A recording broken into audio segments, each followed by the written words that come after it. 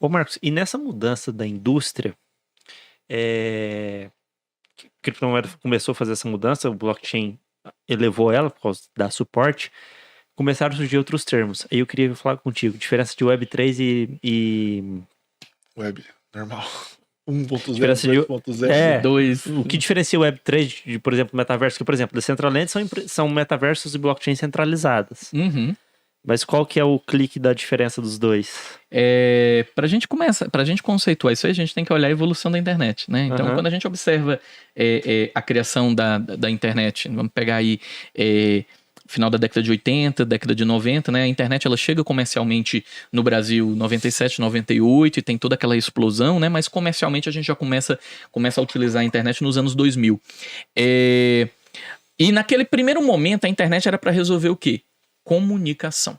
Então é enviar e-mail e consumir conteúdo digital, ler texto e ler hiperlink, né? Então eu lia conteúdos que eram interligados, eu saía de um texto, ia para outro, mandava e-mail, recebia e-mail, conseguia enviar fotos. Então a Web 1, como ela foi concebida, digamos assim, ela tinha o propósito de resolver problema de comunicação. Aí a gente tem toda aquela explosão do que seria chamado de Web 2. O que seria a Web 2?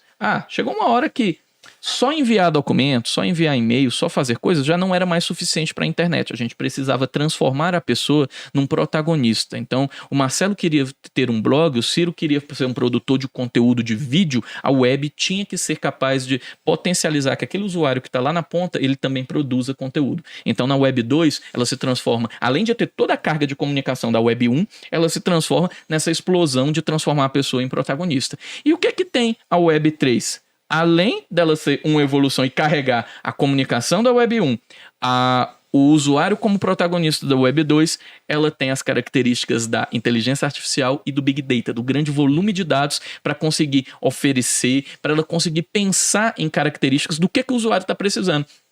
Quantas vezes vocês foram, por exemplo, tenho certeza que às vezes o Ciro, o Marcelo já foram para uma cidade que não é a cidade de vocês, foi lá fazer uma entrevista, fazer alguma coisa, aí chegou lá, tava afim de comer. Aí você abre um Google Maps e os restaurantes que estão próximos a você, ele te mostra assim, fala assim, Marcelo, esse restaurante aqui tem 85% de afinidade com os seus últimos gostos, os últimos posts que você fez no Google Places, por exemplo. Cara, isso é brilhante. Isso além de você colocar o usuário como protagonista, que você já colocou na Web 2, ele como protagonista, na Web 3 você coloca ele no poder de decisão agora. Então, você dá a ele instrumentos, né, de dados para que ele tome uma decisão mais assertiva, uma decisão analítica mais acertada. Muitas pessoas falam que é o seguinte, mas além de ter a inteligência artificial, esse Big Data, né, esse grande volume de informações, vai ter o metaverso. O metaverso vai ser também a Internet 3. Eu sou um pouco...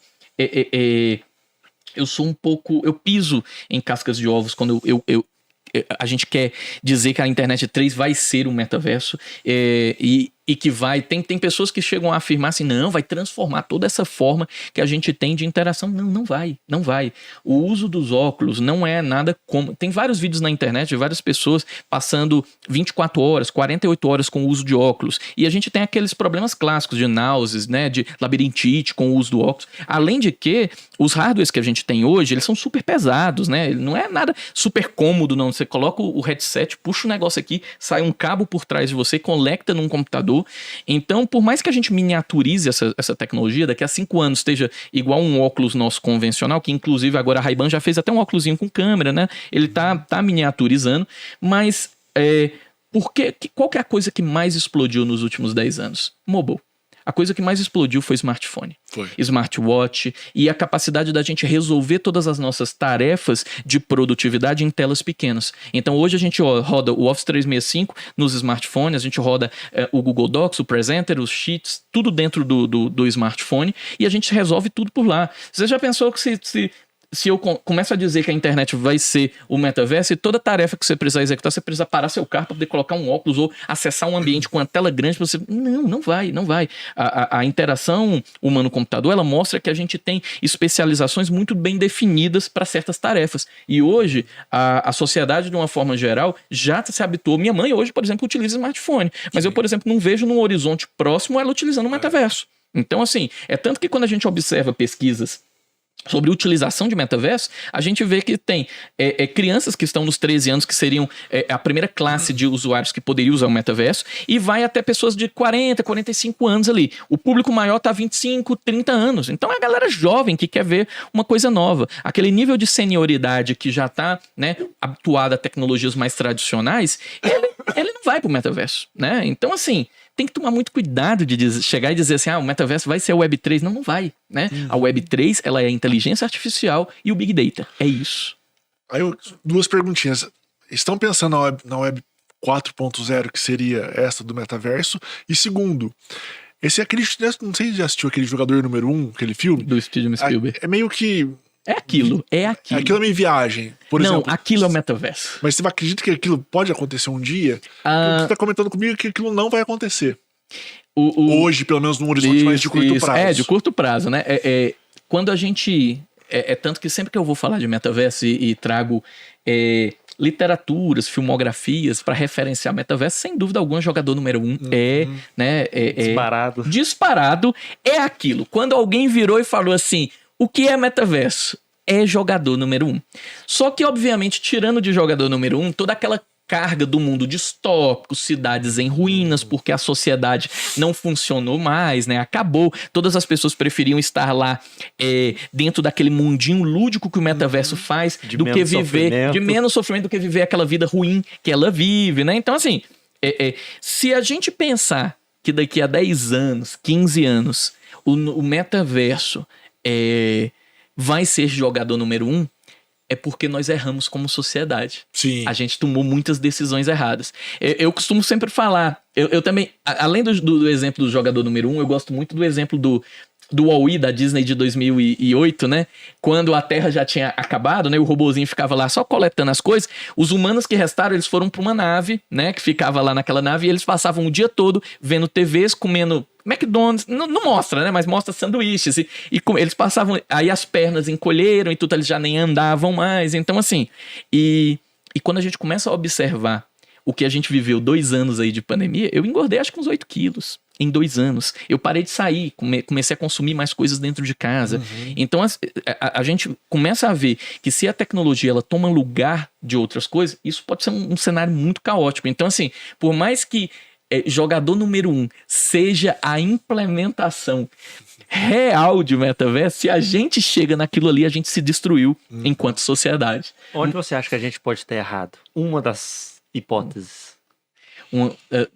Se a gente chegar nisso aí, não? Se você vê que tá caminhando, onde você vê que pode ter errado? Eu acho que a gente tem que... A tecnologia, historicamente, ela veio para resolver problemas pontuais. Sim.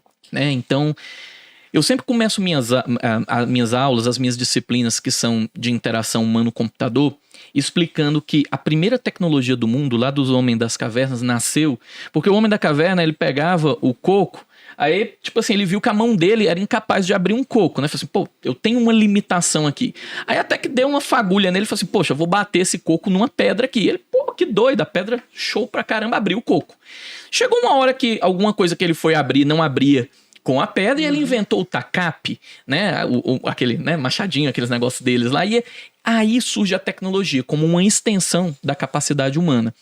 E aí, na história da tecnologia, as primeiras tecnologias, elas tinham como objetivo a resolução de problemas fisiológicos e de segurança. Então, tipo assim, eu quero casa, eu preciso construir uma casa, um abrigo da chuva porque é frio, é ruim, eu preciso fazer fogo, preciso fazer tal coisa. Hoje em dia, as tecnologias elas são muito usadas para resolver tarefas e para realizações pessoais.